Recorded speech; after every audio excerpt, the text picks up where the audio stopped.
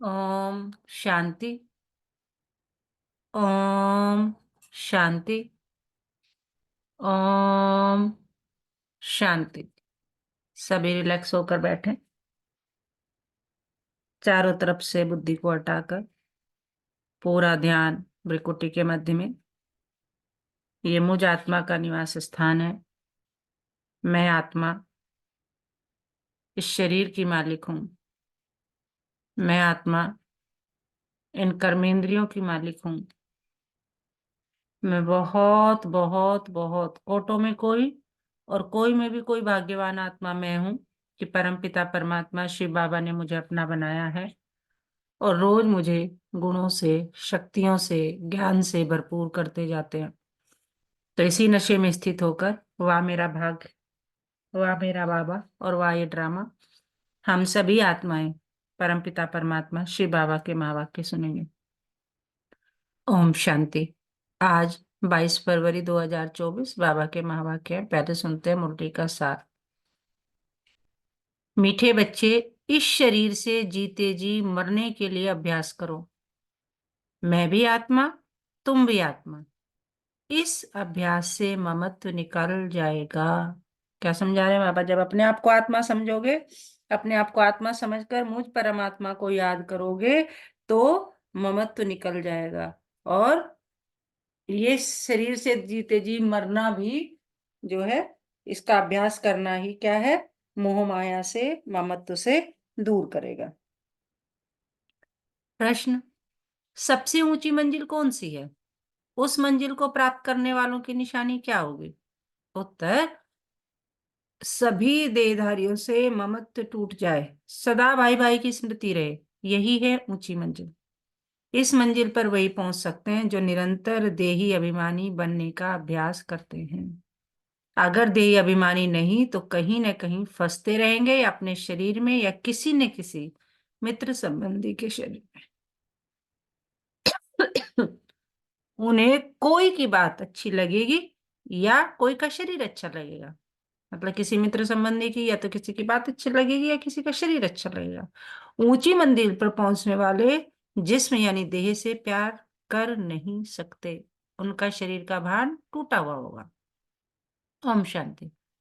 रूहानी बाप रूहानी बच्चों को कहते हैं, देखो मैं तुम्ही सभी बच्चों को आप समान बनाने आया हूं। अब बाप आप समान बनाने कैसे आएंगे? वह निराकार कहते हैं, मैं निराकार हूं। तुम बच्चों को आप समान अर्थात निराकारी बनाने, जीते जी मरना सिखलाने आया हूं। बाप अपने को भी आत्मा समझते हैं ना। इस शरीर का भान नहीं है, शरीर में रहते हुए भी शरीर का भान नहीं है।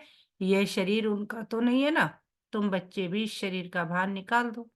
तुम आत्मा को ही मेरे साथ चलना है। यह शरीर जैसे मैंने लोन लिया है, वैसे आत्माएं भी लोन लेती है पार्ट बजाने। तुम जन्म जन्मांतर शरीर लेते आए हो। अब जैसे मैं जीते जी इस शरीर में हूं, परंतु हूं तो न्यारा अर्थात मरा हुआ। मरना शरीर छोड़ने को कहा जाता है। तुमको भी जीते जी शरीर से मरना है। मैं भी आत्मा, तुम भी आत्मा। तुमको भी मेरे साथ चलना है या यहाँ ही बैठना है। तुम्हारा इस शरीर में जन्म जन्मांतर का मोह है। जैसे मैं अशरीरी हूं, तुम भी जीते जी अपने को अशरीरी समझो। हमको अब बाबा के साथ जाना है। जैसे बाबा का यह पुराना शरीर है, तुम आत्माओं का भी यह पुराना शरीर है। पुरानी जुत्ती को छोड़ना है। जैसे मेरा इसमें ममत्व नहीं, तुम भी इस पुरानी जुत्ती से ममत्व निकालो। तुमको ममत्व रखने की आदत पड़ी हुई है, हमको आदत नहीं है। मैं जीते जी मरा हुआ हूं, तुमको भी जीते जी मरना है, मेरे साथ चलना है। तो अब ये प्रैक्टिस करो। शरीर का कितना भान रहता, बात मत पूछो। शरीर रोगी हो जाता है तो भी आत्मा उसको छोड़ती नहीं है। इससे ममत्व निकालना पड़े। हमको तो बाबा के साथ जाना जरूर है। अपने को शरीर से न्यारा समझना है। इसको ही जीते जी मरना कहा जाता है। अपना घर ही याद रहता है। तुम जन्म जन्मांतर से इस शरीर में रहते आए हो, इसलिए तुमको मेहनत करनी पड़ती है, जीते जी मरना पड़ता है। मैं तो इसमें आता ही टेम्परेरी हूँ। तो मरकर चलने से अर्थात अपने को आत्मा समझकर चलने से कोई भी देहधारी में ममत्व नहीं रहेगा। अक्सर करके किसी न किसी का किसी में मोह हो जाता है। बस उनको देखने बगैर रह नहीं सकते। यह देहधारी की याद एकदम उड़ा देनी चाहिए क्योंकि बहुत बड़ी मंजिल है। खाते पीते जैसे कि शरीर में हूं ही नहीं, ये अवस्था होनी चाहिए। ये अवस्था पक्की करनी है, तब 8 रत्नों की माला में आ सकते हैं। मेहनत बगैर थोड़ी मुझ पद मिल सकता है। जीते जी देखते हुए समझे कि मैं तो वहां का रहने वाला हूँ।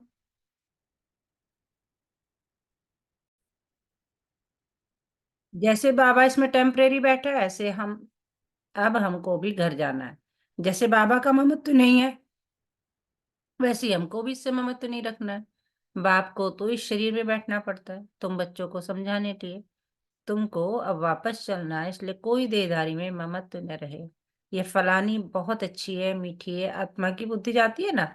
बाप कहते हैं शरीर को नहीं, आत्मा को देखना है। शरीर को देखने से तुम फंस मरेंगे। बड़ी मंजिल है। तुम्हारा भी जन्म जन्मांतर का पुराना ममत्व है, बाबा का ममत्व नहीं है।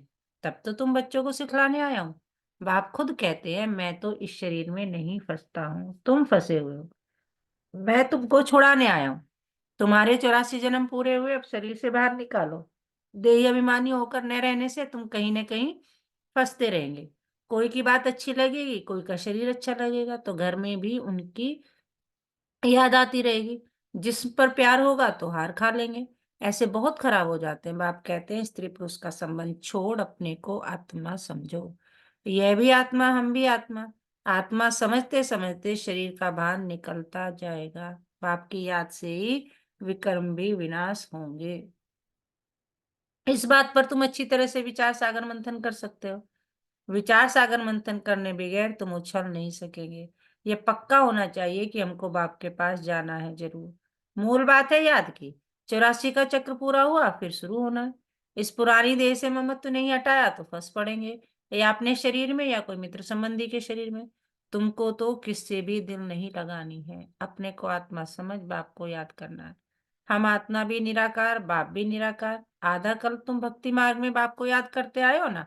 हे प्रभु कहने से शिवलिंग ही सामने आएगा। कोई देहधारी को हे प्रभु कह न सके। सभी शिव के मंदिर में जाते हैं, उनको ही परमात्मा समझ पूछते हैं। ऊंचे से ऊंचा भगवान एक ही है। ऊंचे से ऊंचा अर्थात परम धाम में रहने वाला। भक्ति भी पहले अव्यभिचारी होती है एक की, फिर व्यभिचारी बन जाती है। तो बाप बार बार बच्चों को समझाते हैं कि तुमको ऊंच पद पाना है तो ये प्रैक्टिस करो। देह का बांध छोड़ो। सन्यासी भी विकारों को छोड़ते हैं ना। आगे तो सतो प्रधान थे, अभी तो वह भी तमो प्रधान बन पड़े हैं। सतो प्रधान आत्मा कशिश करती है, अपवित्र आत्माओं को खींचती है, क्योंकि आत्मा पवित्र है। भल पुनर्जन्म में आते हैं तो भी पवित्र होने के कारण खींचते हैं। कितने उनके फॉलोअर्स बनते हैं। जितनी पवित्रता की जास्ती ताकत, उतने ज्यादा फॉलोअर्स। यह बात तो है ही एवर प्योर, और है भी गुप्त। डबल है ना।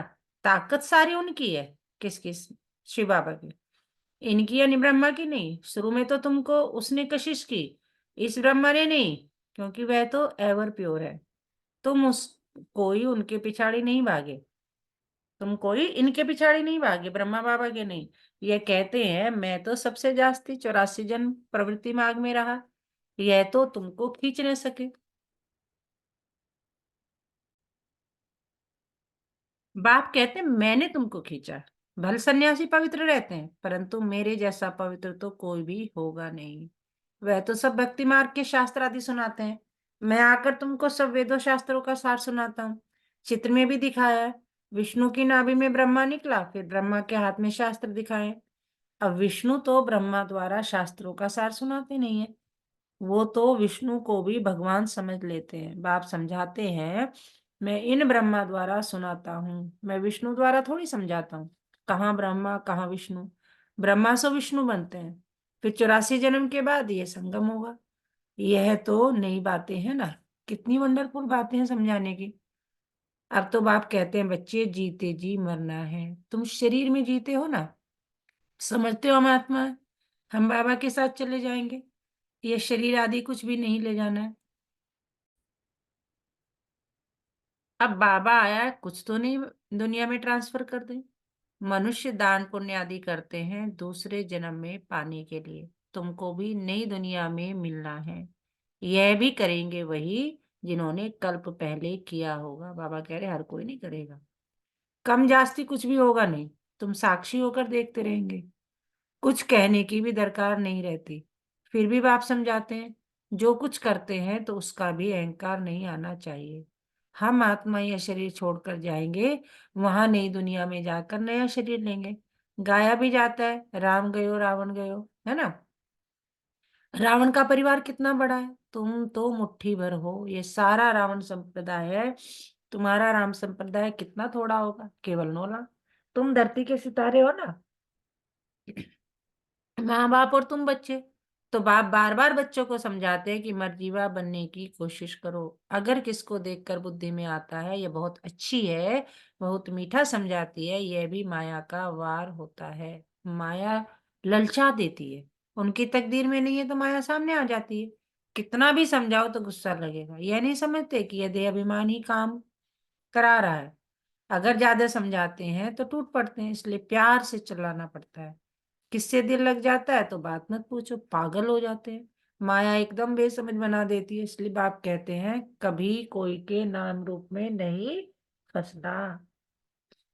मैं आत्मा हूं और एक बाप जो विदेही है, उनसे ही प्यार रखना है। यही मेहनत है। कोई भी देह ममत्व न हो। ऐसे नहीं घर में बैठे भी वह ज्ञान देने वाली याद आती रहे, बड़ी मीठी है, बहुत अच्छा समझाती है। अरे मीठा तो ज्ञान है, मीठी आत्मा है, शरीर थोड़ी मीठा है। बात करने वाली भी आत्मा है, कभी भी शरीर पर आशिक नहीं होना है। आजकल तो भक्ति मार्ग बहुत है, आनंदमयी माँ को भी माँ माँ करते रहते हैं। अच्छा बाप कहाँ है? वर्षा बाप से मिलना है या माँ से? माँ को भी पैसा कहाँ से मिलेगा? सिर्फ मामा कहने से जरा भी पाप नहीं कटेंगे।